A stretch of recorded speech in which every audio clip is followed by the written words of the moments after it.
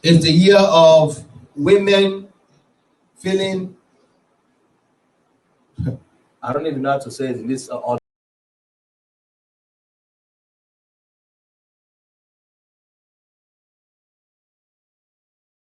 Suluhu to become the first female president of the United Republic of Tanzania begins. We'll give it to you here on KTN News Center. But then the death of Tanzania's President John Pombe Magufuli opens a new chapter for a country that has never changed governments outside of elections.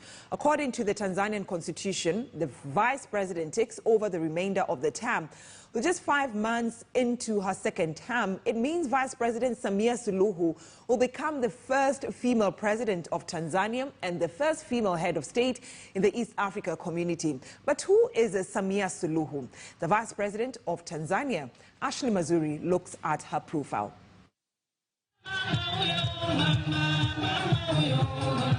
To many, she would pass off as soft-spoken. But the 61-year-old Vice President of the United Republic of Tanzania, who is not new to public office, is a woman of several fasts.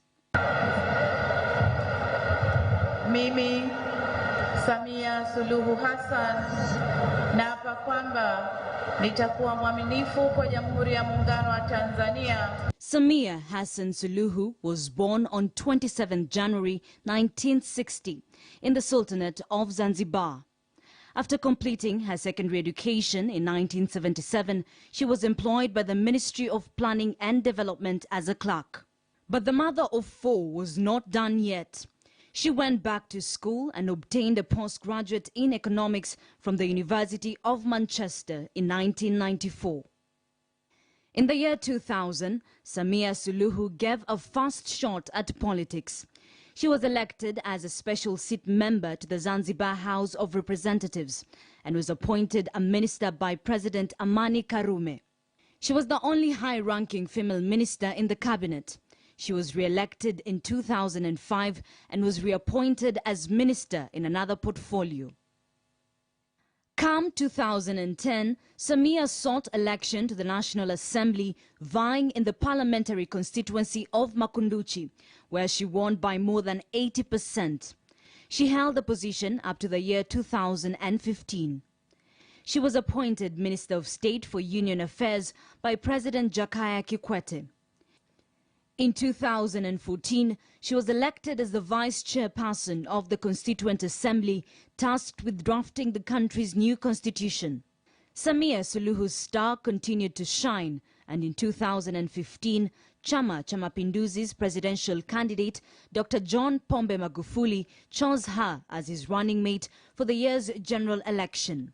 Kwa hiyo nimeamua tena, Mheshimiwa Samia ndiye awe mgombea mwenza katika kipindi cha miaka 5. This made her the first ever female running mate in the party's history. Upon Magufuli's victory in the election, Samia consequently became the first female vice president in the history of United Republic of Tanzania. Nitaihifadhi, nitailinda na kuitetea katiba ya Jamhuri ya Muungano wa Tanzania iliyowekwa kwa mujibu wa sheria. According to the Constitution of the United Republic of Tanzania, the Vice President performs the following functions. Number 1, assist the President in making a follow-up on the day-to-day implementation of union matters. Number 2, perform all duties assigned to him by the President. And number 3, perform all duties and functions of the office of the President when the President is out of office or out of the country. Article 37(3) of Tanzania's constitution states that where the President is absent from the United Republic or is unable to discharge the functions of his office for any other reason, the duties and functions of the President shall be discharged by one of the following in the order specified. That is to say, the Vice President, or if his office is vacant, or if he is also absent or is ill, then the Prime Minister.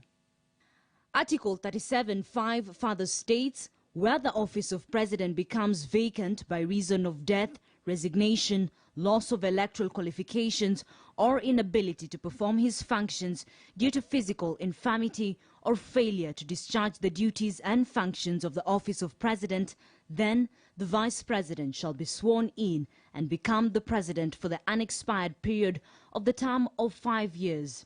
And in accordance with the conditions set out in Article 40 and after consultation with the political party to which he belongs, the president shall propose the name of the person who shall be vice president, and such appointment shall be confirmed by the National Assembly by votes of not less than 50% of all the members of parliament. With the death of President John Pombe Magufuli, and if the constitution is anything to go by, Samia Hassan Suluhu will find herself assuming the office of the president. Ashley Mazuri, KTN News. So now, the relationship between Kenya and Tanzania has been hot and cold since independence due to ideological differences and competition